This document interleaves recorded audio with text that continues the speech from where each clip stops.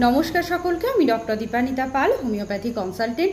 আজ এই ভিডিওটিতে বলবো, আপনাদের অনেকেরই এই একটা সমস্যা দেখা যায়, সেটা হচ্ছে যখনই আপনারা প্রস্রাব করেন তখন দেখা যায় একটা জ্বালা পোড়া ভাব দেখা যায়, এবং আপনারা একটা ভাবনা চিন্তার মধ্যে পড়ে যান যে হঠাৎ করে এই জিনিসটা হচ্ছে কেন, এবং আপনাদের কিডনিটা খারাপ হয়ে গেছে কিনা।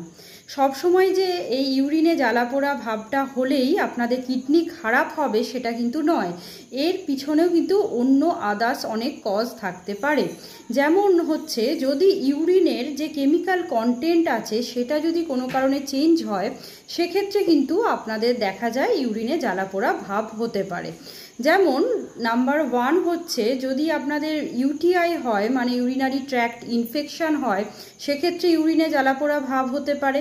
অনেক সময় দেখা যায় সারাদিন আপনারা অ্যাসিডিক কন্টেন্ট ফুড বেশি খেয়ে নিয়েছেন, তার ফলে হতে পারে। আবার অনেকের ক্ষেত্রে দেখা যায় জল কম খেয়েছেন, সেই ডিহাইড্রেশনের জন্যেও আমাদের দেখা যাচ্ছে অনেক সময় এই ইউরিনের যে কম্পোজিশনটা সেটা চেঞ্জ হয়ে যাচ্ছে। তার জন্য কিন্তু আপনারা যখনই ইউরিনটা করতে যাচ্ছেন, তারপরে দেখা যাচ্ছে ইউরিনের আগে এবং পরে আপনাদের জ্বালা বোধ হচ্ছে।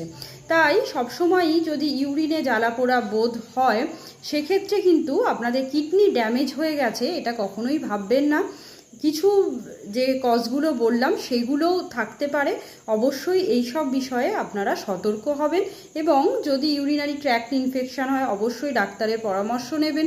যদি ডিহাইড্রেশন হয়, আপনারা বেশি পরিমাণে জল খাওয়ার চেষ্টা করবেন যাতে ডিহাইড্রেশন না হয়।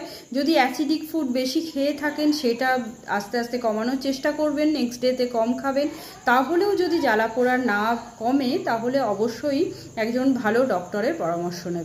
নমস্কার, সবাই ভালো থাকবেন এবং সুস্থ থাকবেন। আশা করি ভিডিওটি হেল্পফুল হবে। যদি হেল্পফুল হয়ে থাকে অবশ্যই চ্যানেলটিকে সাবস্ক্রাইব করবেন। নমস্কার।